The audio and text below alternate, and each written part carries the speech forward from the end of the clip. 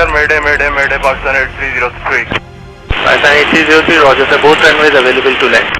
जिस वक्त पायलट ने यह वर्ड बोले उस वक्त यह पैसेंजर एयरक्राफ्ट कराची से सिर्फ 600 फीट की ऊंचाई पर था। पाकिस्तान के सबसे बड़े शहर कराची में कड़कती गर्मी की वजह से हर कोई अपने घरों में बंद था। दोपहर के 2:35 हो रहे थे और किसी को मालूम नहीं था कि कुछ ही टाइम के बाद कराची में एक इमरजेंसी सिचुएशन पैदा होने वाली है, क्योंकि पाकिस्तान इंटरनेशनल एयरलाइंस PK 8303 के पायलट ने मेडे का डिस्ट्रेस सिग्नल दे दिया था। इसका मतलब था पायलट बेबस हो चुका है और जहाज अब उसके कंट्रोल से बाहर जा चुका है। यह सिग्नल देने के कुछ सेकंड्स के बाद कराची एक जोरदार धमाके से गरज उठता है। आसमान काले धुएं की चादर ओढ़ लेता है। एयरबस A320 मॉडल कॉलोनी की घड़ी आबादी के ऊपर एयरपोर्ट से सिर्फ 430 मीटर पहले क्रैश कर जाता है। हैरानी की बात यह है कि इन्वेस्टिगेशन रिपोर्ट में बताया गया कि प्लेन में किसी भी प्रकार का कोई भी फॉल्ट नहीं था। तो फिर आखिर यह हादसा हुआ तो हुआ कैसे? पायलट और ट्रैफिक कंट्रोल के बीच क्या बातचीत चल रही थी? सिर्फ कुछ सेकंड पहले इसी एयरपोर्ट पर लैंडिंग की पहली कोशिश क्यों और कैसे नाकाम हुई? और 3 सालों तक चलने वाली इन्वेस्टिगेशन में कौन से राज खुलकर सामने आए? इन सारे सवालों का जवाब जानते हैं आज की इस वीडियो में।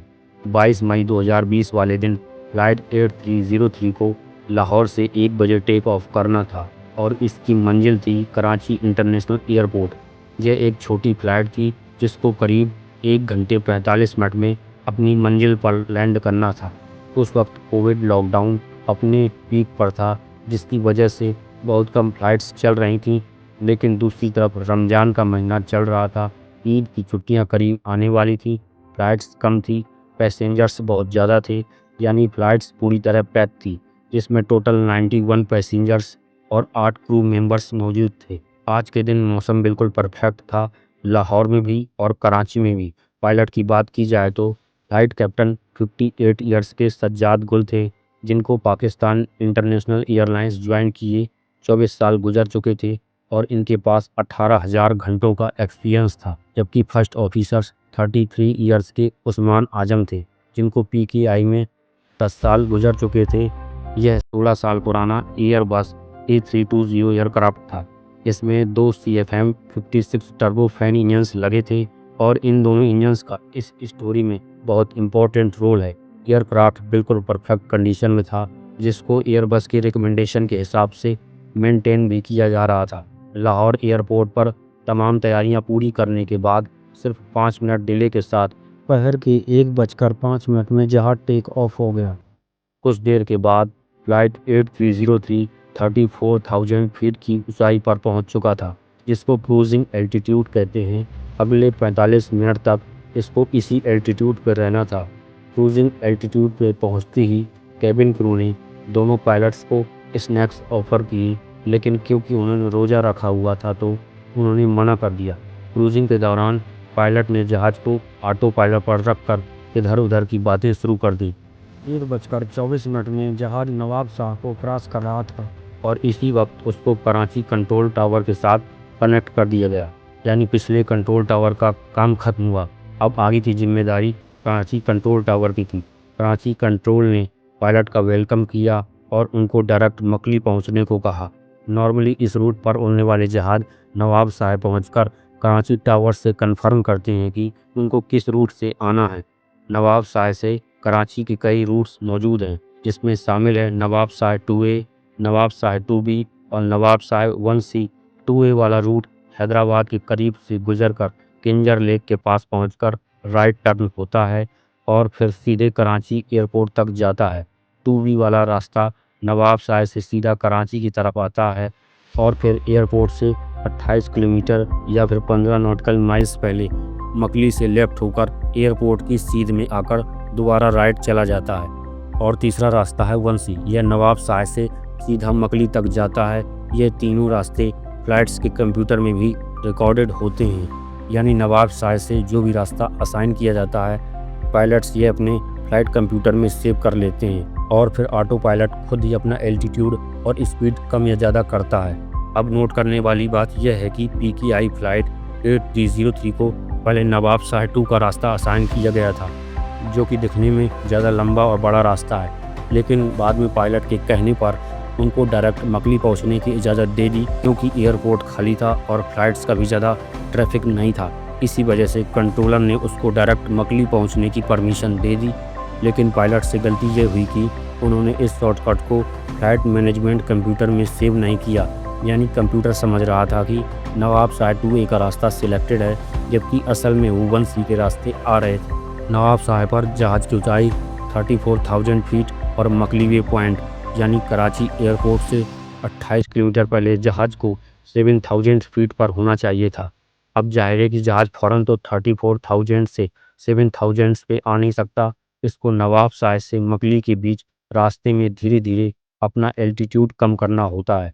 अगर रास्ता लंबा होगा तो एल्टीट्यूड धीरे धीरे कम होगा, अगर रास्ता शॉर्ट होगा तो एल्टीट्यूड तेज़ी से कम होगा।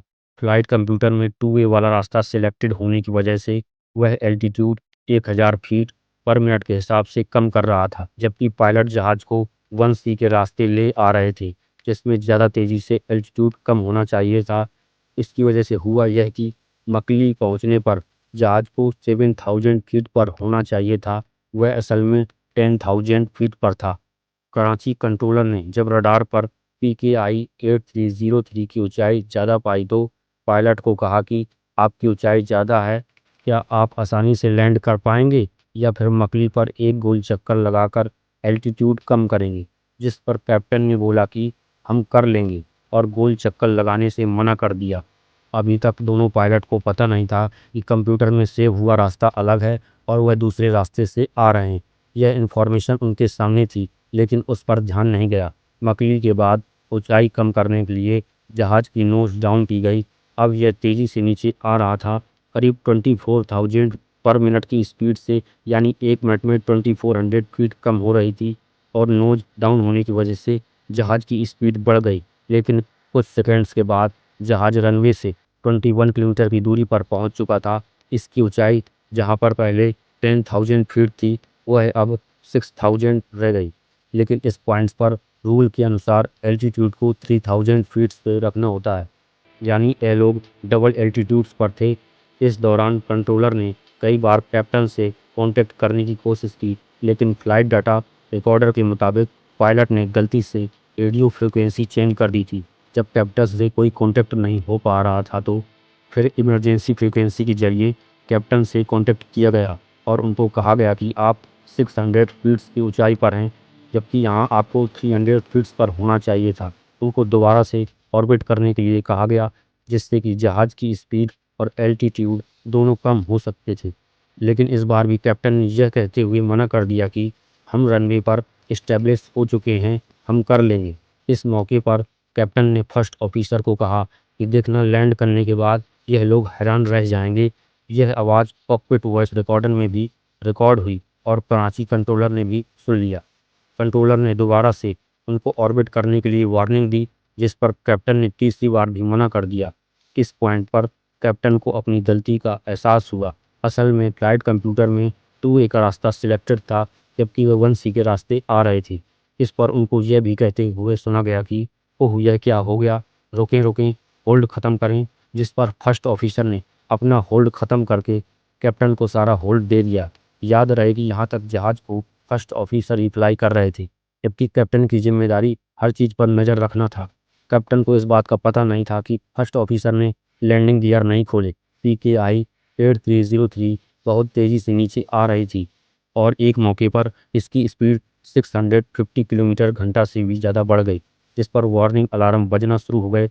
वह जैसे ही ज़मीन के करीब पहुँचे तो क्योंकि उनका लैंडिंग गियर नहीं खुला था, इस पर दूसरा अलार्म भी बजने लगा। इस पॉइंट्स पर फर्स्ट ऑफिसर डर गए और पायलट को कहा कि क्या सर, वाकई में हमें एक ऑर्बिट ले लेना चाहिए, जिससे स्पीड और ऊंचाई दोनों पर काबू पाया जा सकता है। लेकिन कैप्टन अपनी जिद पर अड़े हुए थे। अब वह रनवे के करीब पहुंचे, तब तक जहाज में मल्टीपल अलार्म बज रहे थे, जिसमें एक लैंडिंग गियर का भी था। इसी कन्फ्यूज़न में बिना लैंडिंग गियर खोले जहाज़ को रनवे पर उतार दिया गया और 16 सेकंड्स में 4 बार जहाज़ रनवे से टच हुआ, जिसकी वजह से केबिन में काफ़ी झटके आए और जहाज़ के दोनों इंजन्स रनवे पर रगड़ गए और इसमें से ऑयल लीक करने लगा।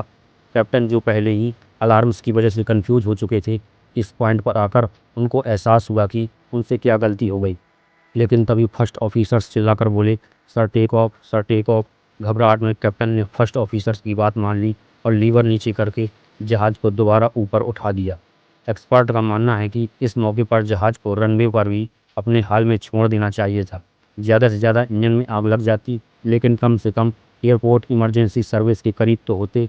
चांस था कि उस आग पर काबू पाया जा सकता था, लेकिन कैप्टन ने ऐसा नहीं किया। दोबारा टेक ऑफ करने पर उनको एहसास हुआ कि एक इंजन रगड़ खाने की वजह से फेल हो चुका है और अब जहाज़ सिर्फ एक ही इंजन पर उड़ रहा था और उसकी हालत भी कुछ ठीक नहीं थी, क्योंकि ऑयल दोनों इंजन में से लीक हुआ था। अब वह 300 फीट की ऊंचाई पर पहुंचकर वो अराउंड करके दोबारा रनवे की तरफ बढ़ रहे थे, जिस पर कंट्रोल टावर ने उनको कहा कि तमाम रनवेज खाली हैं, आप किसी पर भी लैंड कर सकते हैं। इसी दौरान आखिरी इंजन में भी वाइब्रेशन शुरू हो गई और थोड़ी देर के बाद वह भी बंद हो गया। अब जहाज़ बिना इंजन के रनवे की तरफ गोल चक्कर लगाकर बढ़ रहा था और उनका एल्टीट्यूड तेज़ी से कम हो रहा था। इस बार कैप्टन ने लैंडिंग गियर काफ़ी पहले ही खोल दिए थे, जिसकी वजह से ड्रैग पैदा हो रहा था और स्पीड कम हो रही थी। वह स्पीड जिसकी इस वक्त उनको सबसे ज़्यादा ज़रूरत थी, 600 फीट की ऊंचाई पर वह रनवे की सीध में आ चुके थे, लेकिन कैप्टन को अंदाज़ा हो चुका था कि वह रनवे तक नहीं पहुंच पाएंगे। और तभी Mayday, Mayday, Mayday, Pakistan 8303. बस फिर कुछ ही सेकंड्स के बाद रनवे से सिर्फ 340 मीटर पहले 2:45 में PKI flight PK8303 model colony की घरों की ऊपर जा गई। इस क्रैश से पैदा होने वाले धमाकों को मीलों दूर तक सुना गया और काला धुआं आसमान पर उठने लगा। क्रू समेत जहाज में 99 पैसेंजर्स थे, उसमें से 2 लोग बच गए, जबकि घरों पर क्रैश होने की वजह से ग्राउंड पर एक जान का नुकसान हुआ। इमरजेंसी सर्विस फौरन पहुंच गई, लेकिन तंग गलियों की वजह से उनको काम करने में काफ़ी मुश्किल का सामना करना पड़ा। इन्वेस्टिगेशन रिपोर्ट के मुताबिक इस एक्सीडेंट की जिम्मेदारी कैप्टन पर जाती है, जिन्होंने बार बार रूल्स एंड रेगुलेशन के खिलाफ अपनी मनमर्जी की और कई बार ट्रैफिक कंट्रोलर के इंस्ट्रक्शंस को मानने से इनकार किया। दूसरी जिम्मेदारी एयर ट्रैफिक कंट्रोलर की थी। उन्होंने पायलट्स को क्यों नहीं बताया कि उनका लैंडिंग गियर नहीं खुला। अगर पहली अटेम्प्ट में गियर खुला होता तो शायद यह नौबत नहीं आती। तीसरी वजह बताई गई कि दोनों पायलट्स उस दिन रोजे से थे, यानी उन्होंने पिछले 7 घंटों से कुछ खाया नहीं था।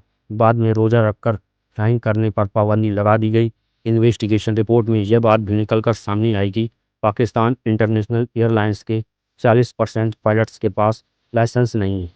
इससे PIA का नॉन सीरियस बिहेवियर जाहिर होता है कि उन्होंने क्यों पायलट्स पर सख्ती नहीं की और क्यों उनको इतनी आज़ादी दी कि वह पैसेंजर की जान खतरे में डालकर रूल रेगुलेशन के खिलाफ अपनी मनमर्जी करते रहे। उम्मीद करते हैं कि आपको हमारा वीडियो पसंद आया होगा। मिलते हैं नेक्स्ट